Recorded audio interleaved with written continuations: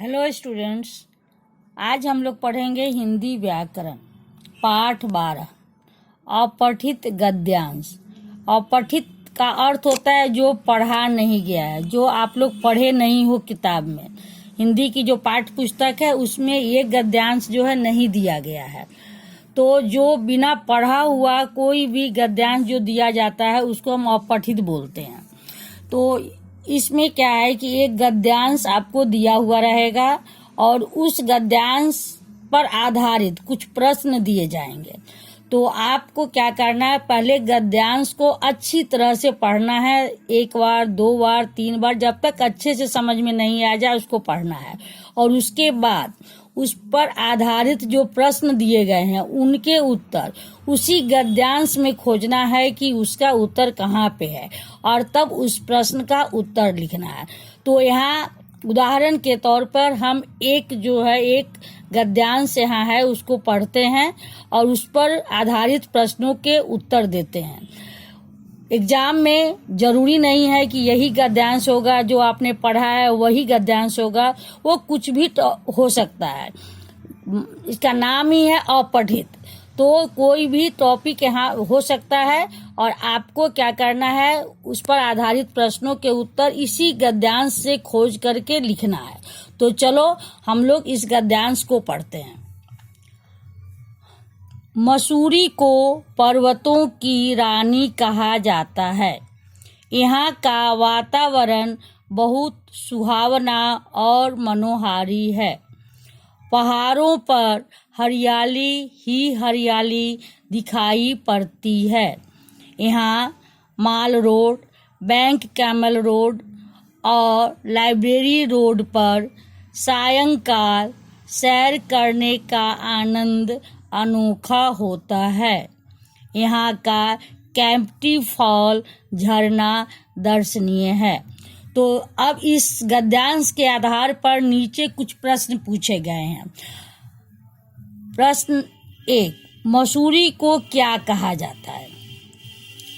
पर्वतों की श्रृंखला, पर्वतों की रानी, झरनों की हरियाली, पर्वतों का राजा।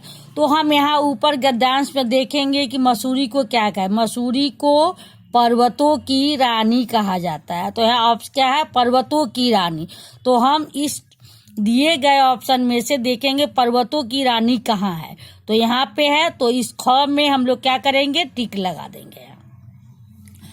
दूसरा प्रश्न है, पहाड़ों पर चारों ओर क्या दिखाई पड़ता है? तो क्या है, ऑप्शन क्या क्या है, पानी ही पानी, पहाड़ ही पहाड़, हरियाली ही हरियाली, बंजर भूमि। अब यहाँ देखो पहाड़ों पर क्या दिखाई देता है, पहाड़ों पर हरियाली ही हरियाली दिखाई पड़ती है। तो क्या है, हरियाली ही हरियाली। तो हम ऑप्शन में खोजेंगे कहाँ है हरियाली ही हरियाली, तो यहाँ पे है ग ऑप्शन में।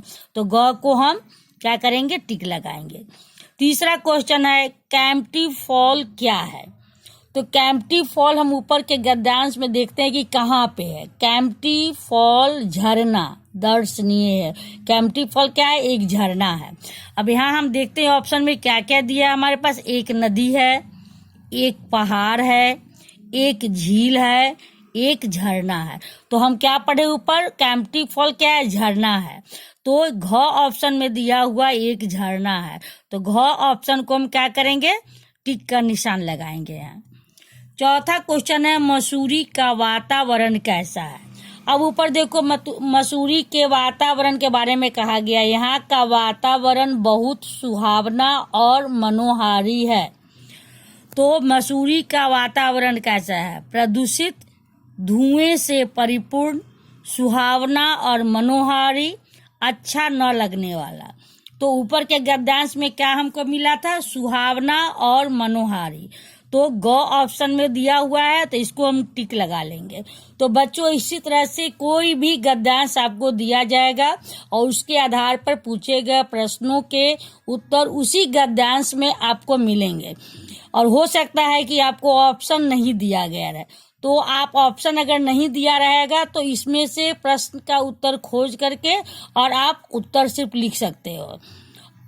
और ये बहुत हार्ड नहीं है, बहुत ही आसान है और ये सामने आंसर दिया हुआ है, इसलिए इसको करने में कोई दिक्कत नहीं होती है। धन्यवाद।